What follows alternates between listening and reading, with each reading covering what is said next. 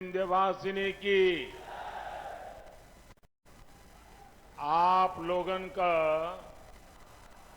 हाल चाल बा। आप लोग मजे में है ना। आप लोगन के हम हाथ जोड़ के प्रणाम करत है।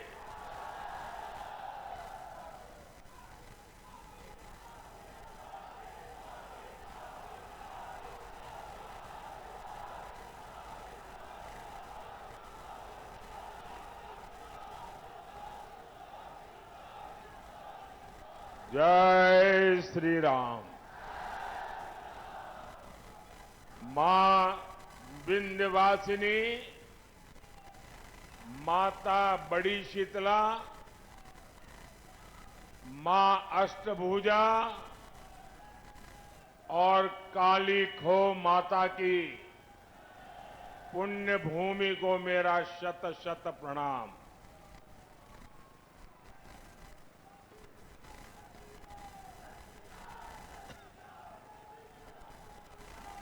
ज्येष्ठ का ये महीना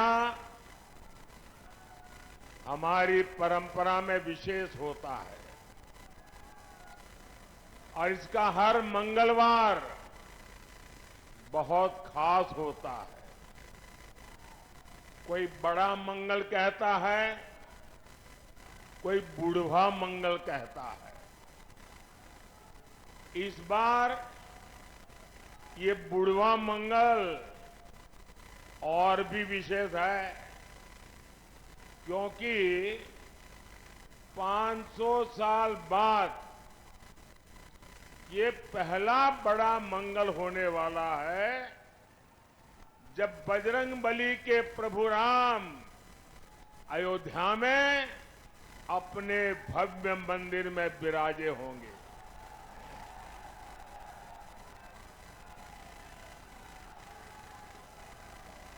और ये इतनी बड़ी खुशी है, इतनी बड़ी खुशी है कि शायद हम सबसे ज्यादा बजरंगबली खुश होते होंगे। भाई बहन, जरा मेरे एक सवाल का जवाब देंगे आप? मेरे एक सवाल का जवाब देंगे आप लोग? आपकी आवाज नहीं आ रही है। मेरे एक सवाल का जवाब देंगे? 500 साल बाद अयोध्या में भव्य राम मंदिर, बजरंगबली की खुशी, ये मंगल अवसर किसके कारण आया? किसके कारण आया? किसके कारण आया? किसके कारण आया? ये पुण्य काम किसने किया? ये पुण्य काम किसने किया? आपका जवाब गलत है। आपको भी पता नहीं है कि इतना बड़ा पुण्य काम आपके एक वोट ने किया है। ये आपके वोट की ताकत है कि आज राम मंदिर भी बना है और जैसा योगी जी ने कहा, यहां मां विंध्यवासिनी का भव्य नव्य कॉरिडोर भी बन रहा है। और संयोग देखिए,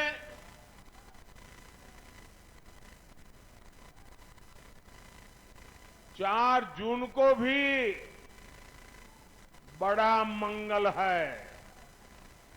ये जो कुछ नौजवान चित्र लेकर के आए हैं वो हमारे साथी कलेक्ट कर लेंगे। आपका प्यार मुझ तक पहुंच जाएगा। उधर भी 2 लोग हैं, जरा ले लीजिए भाई।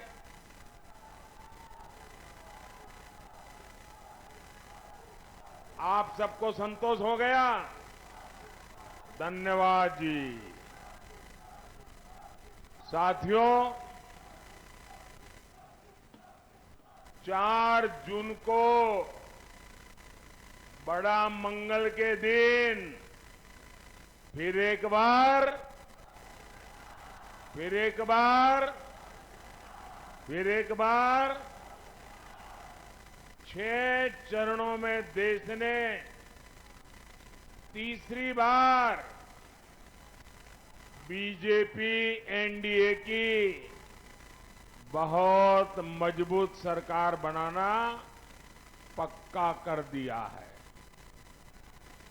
भाई और बहनों, भारत ने तीसरी बार मोदी सरकार बनाने का मन क्यों बनाया? इसका सीधा सीधा कारण है नेक नियत, नेक नीतियां और नेशन फर्स्ट, मेरा देश सबसे ऊपर, राष्ट्र निष्ठा। आप मुझे बताइए साथियों, आप जरा एक एक चीज में बात करता हूं ना, मैं भाषण नहीं करूंगा आज आपसे बातें करूंगा, ठीक है? चलेगा ना? अच्छा, आप मुझे बताइए, जरा सोचिए, आप अपना घर बनाते हैं और घर बनाने के लिए किसी मिस्त्री को लगा देते हैं। ये नारे वगैरह बताइए, लेकिन बीच में जब जगह हो ना तब बुलाइए, ठीक है? और फिर 1 जून को भी करना पड़ेगा, 4 जून को तो बहुत ज्यादा करना पड़ेगा, तो थक जाओगे। अच्छा, हम अपना घर बनाते हैं, हम अपना घर बनाते हैं और एक मिस्त्री या किसी काम करने वालों को तय करते हैं। क्या कभी कोई सामान्य मानवी भी अपना घर बनाने के लिए जो मिस्त्री रख लें, 1 महीने के लिए ये मिस्त्री काम करेगा, दूसरे महीने दूसरा मिस्त्री आएगा, तीसरे महीने तीसरा मिस्त्री आएगा, चौथे महीने चौथा मिस्त्री आएगा, तो घर बनेगा क्या? घर बनेगा क्या? जो घर बनेगा वो रहने लायक बनेगा क्या? आंखों को अच्छा लगे ऐसा बनेगा क्या? वो घर किसी को दिखाने लायक बनेगा क्या? सामान्य मानवी को भी मालूम है, एक छोटा सा घर भी बनाना है तो बार बार मिस्त्री नहीं बदलते भाई। अब ये सपा कांग्रेस इंडी गठबंधन ये कह रहा है कि 5 साल में 5 प्रधानमंत्री। अब बताइए भाई, ये 5 साल में 5 प्रधानमंत्री कोई रखता है क्या? अरे कोई मिस्त्री नहीं रखता तो ये प्रधानमंत्री क्या? अब ये क्योंकि उनको बांट के खाना है, वो कहते हैं 5 साल में 5 प्रधानमंत्री। अब बताइए, जहां प्रधानमंत्री अपनी कुर्सी बचाने में ही लगा रहेगा तो वो क्या देश को मजबूत बना सकता है क्या? इसलिए देश ने तय किया कि मजबूत देश के लिए प्रधानमंत्री भी मजबूत होना चाहिए। होना चाहिए कि नहीं होना चाहिए? तभी एनडीए को इतना भारी जनादेश मिल रहा है। समाजवादी पार्टी पर अपना वोट कोई बर्बाद नहीं करना चाहता। मुझे बताइए भैया, हम लोग, हमारे उत्तर प्रदेश के लोग राजनीति को समझने में बड़े माहिर है। यहां तो गांव का बच्चा भी राजनीति समझ जाता है। कोई समझदार कभी भी अपन मान लीजिए कोई कंपनी डूब रही है तो उस कंपनी का शेयर कोई खरीदेगा क्या? आप बताइए ना, खरीदेगा क्या? 10 रुपये का शेयर भी खरीदेगा क्या? जो डूबता है उसमें कोई पैसा डालेगा क्या? जो डूब रहे हैं उसको कोई वोट देगा क्या? देगा क्या? पता ही है कि इनका डूबना तय है, तो कौन वोट डालने की गलती करेगा भाई? सामान्य मानवी वोट उसी को डालेगा जिसकी सरकार बनना तय है। आप बताइए, आप मिर्जापुर में चौराहे पर जाके खड़े रहिए, किसी भी 100 लोगों को पूछिए कि मैं बताओ भाई किसकी सरकार बनेगी, 90 लोग क्या बोलेंगे बताइए? क्या बोलेंगे? तो फिर वोट उसको ही देना चाहिए, नहीं देना चाहिए? उसको ही देना चाहिए कि नहीं देना चाहिए?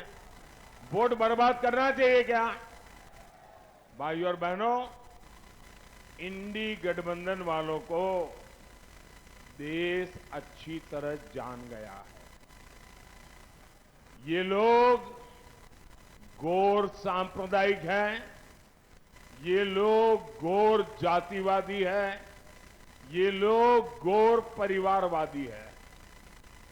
जब भी इनकी सरकार बनती है तो इसके आधार पर ही फैसला लेते हैं।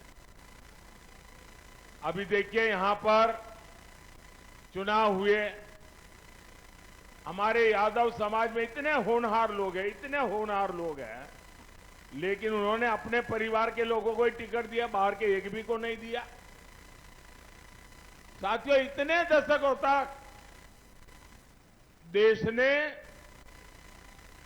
बम धमाके झेले हैं, आतंकवाद ने सैकड़ों जीवन तबाह किए हैं, और हमारे सपा वाले क्या करते थे?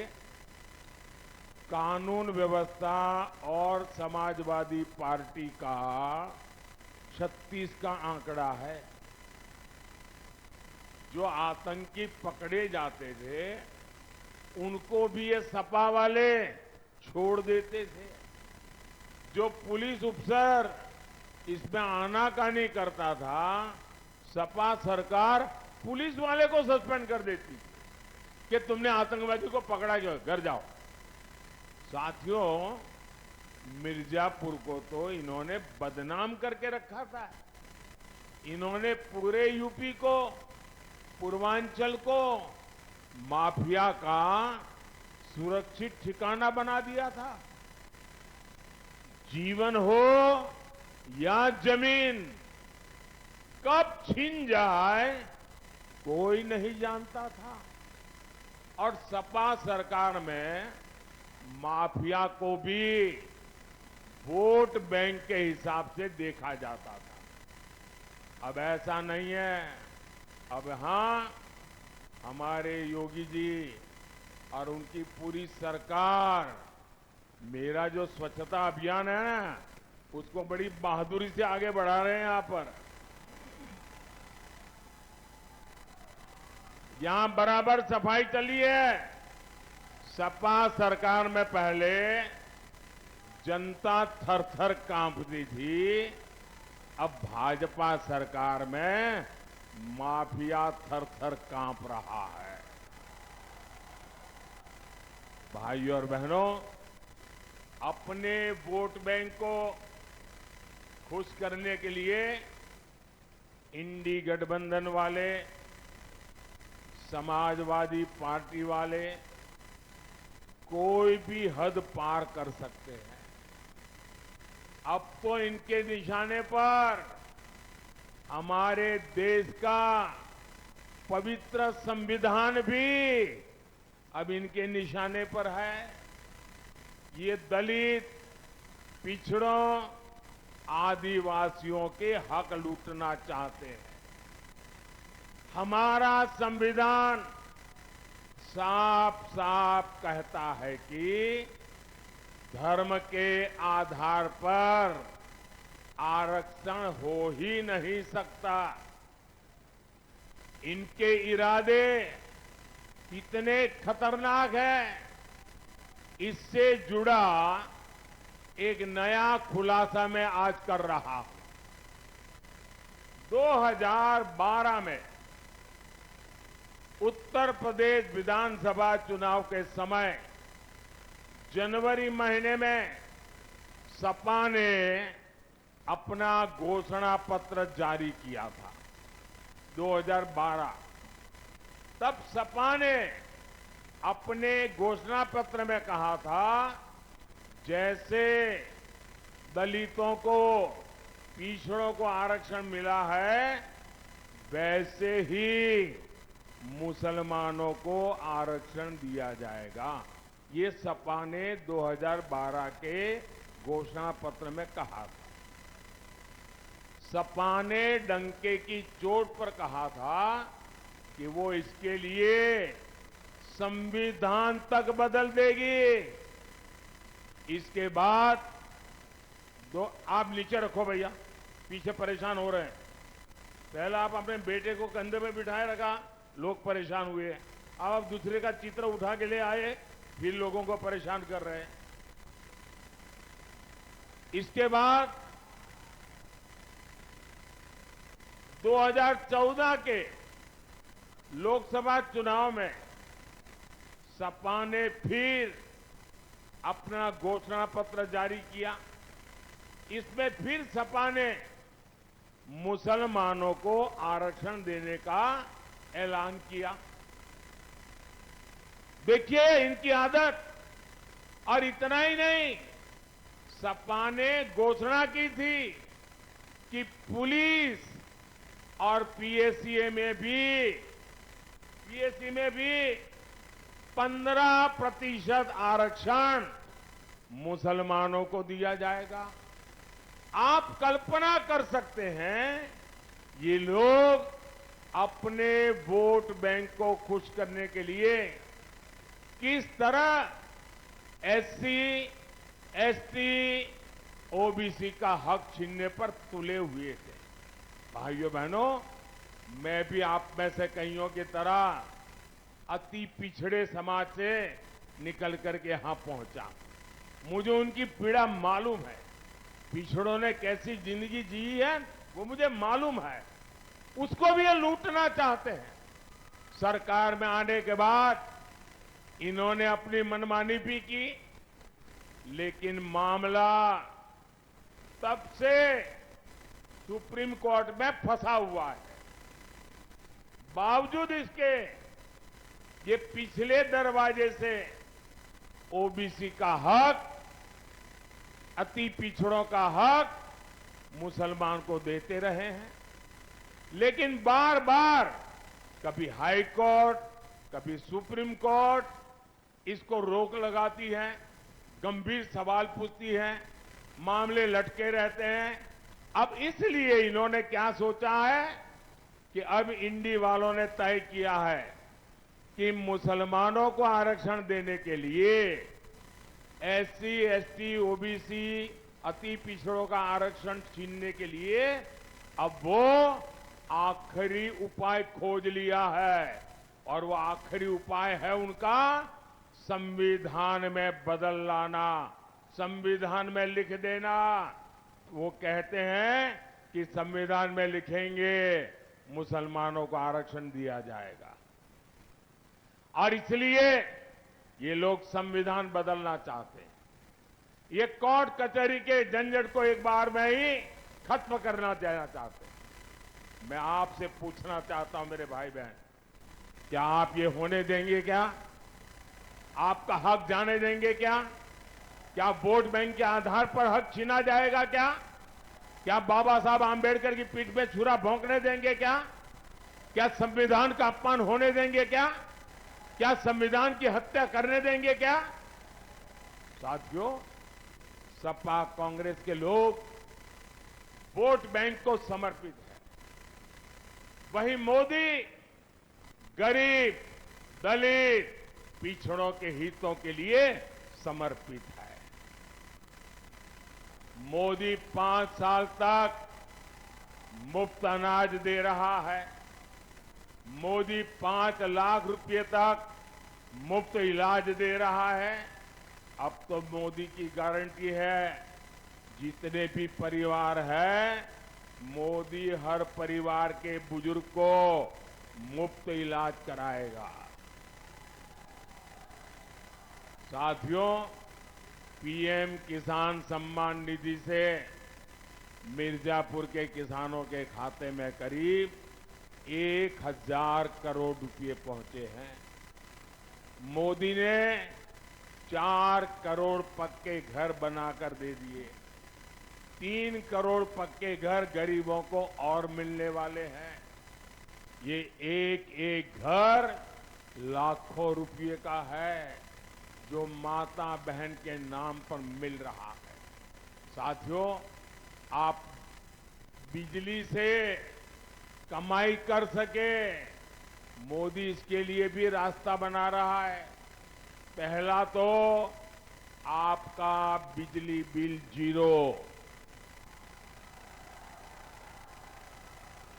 आपका बिजली बिल जीरो। इतना ही नहीं, आपके पास जो अतिरिक्त बिजली होगी वो सरकार खरीदेगी, बिजली के बदले में पैसे देगी और आपको बिजली से कमाई होगी।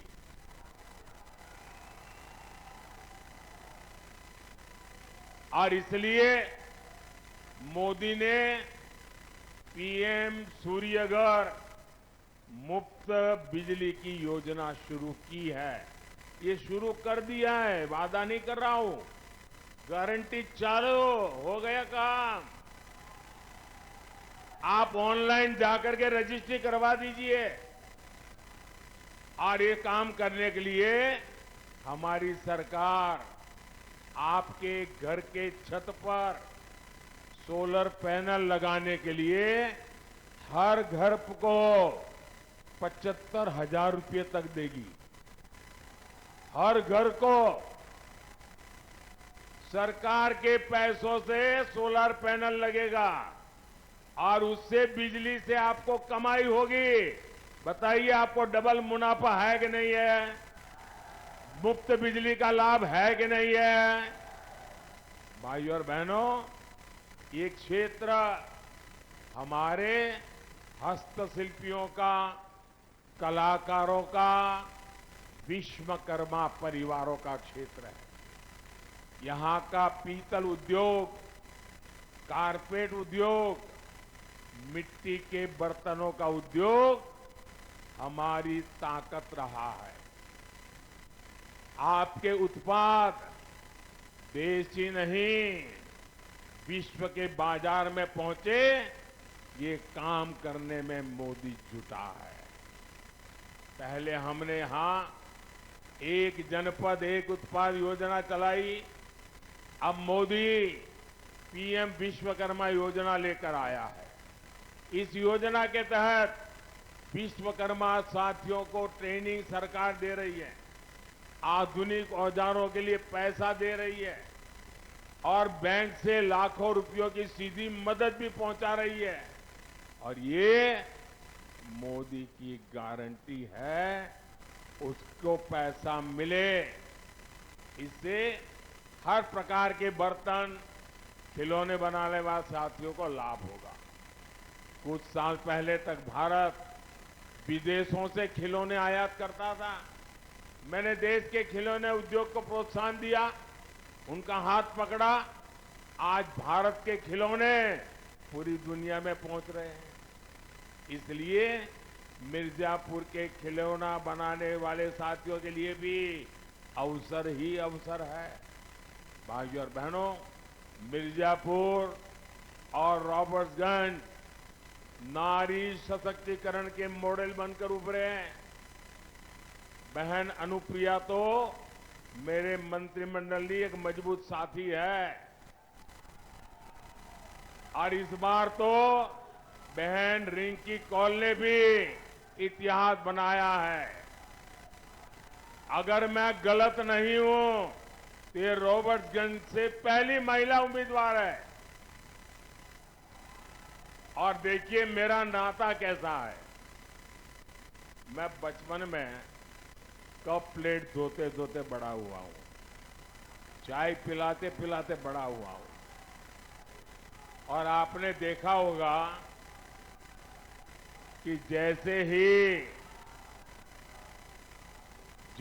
ही विजय का सूरज उगता है तो कमल भी खिलता है और उसी समय कप प्लेट की भी याद आती है, चाय की चुस्की लेने का मन करता है।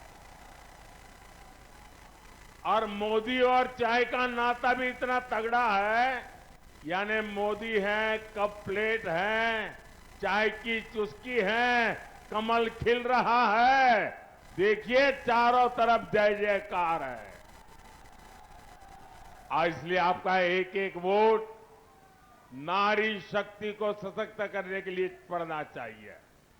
यहां दद्दी में भी उपचुनाव हो रहा है, वहां से हमारे साथी भाई श्रवण गौड़ जी को भी भारी मतों से कमल के निशान पर बटन दबा करके विजयी बनाना है। और आपको याद रखना होगा, जहां दो निशान है वहां दो अलग अलग निशान होंगे। एक जगह पे ऊपर कप प्लेट होगी, वहीं कमल भी होगा इनका। तो आपको ये ध्यान रख करके वोट करना है। याद रखिएगा, आप सिर्फ एमपी नहीं चुन रहे हैं, आप पीएम भी चुन रहे हैं। और इसलिए ज्यादा से ज्यादा मतदान कराएंगे, ज्यादा से ज्यादा मतदान कराएंगे। मैं आपको पूछ रहा हूं, मेरी आवाज सुनाई दे रही है? आप ज्यादा से ज्यादा मतदान कराएंगे? हाथ ऊपर करके बताइए, ज्यादा से ज्यादा मतदान कराएंगे? हर पोलिंग बूथ में विजयी होके आएंगे, घर घर जाएंगे, मतदान के पुराने सारे रिकॉर्ड तोड़ेंगे। अच्छा, मेरा एक काम करोगे? ये मेरा पर्सनल काम है, करोगे? देखिए, गांव गांव हमारे यहां हर गांव में ग्राम मंदिर होते हैं, पवित्र मंदिर होते हैं। आप सब वहां जाना और मोदी की तरफ से वहां मत्था टेकना और परमात्मा से आशीर्वाद मांगना। मोदी के लिए नहीं, मोदी के परिवार के लिए नहीं, 140 करोड़ देशवासियों के लिए विकसित भारत बनाने के लिए आशीर्वाद मांगना। मांगेंगे, हर मंदिर में जाएंगे, हर तीर्थ स्थान में जाएंगे, श्रद्धा पूर्वक परमात्मा से प्रार्थना करेंगे। बोलिए भारत माता की, भारत माता की। बहुत बहुत धन्यवाद।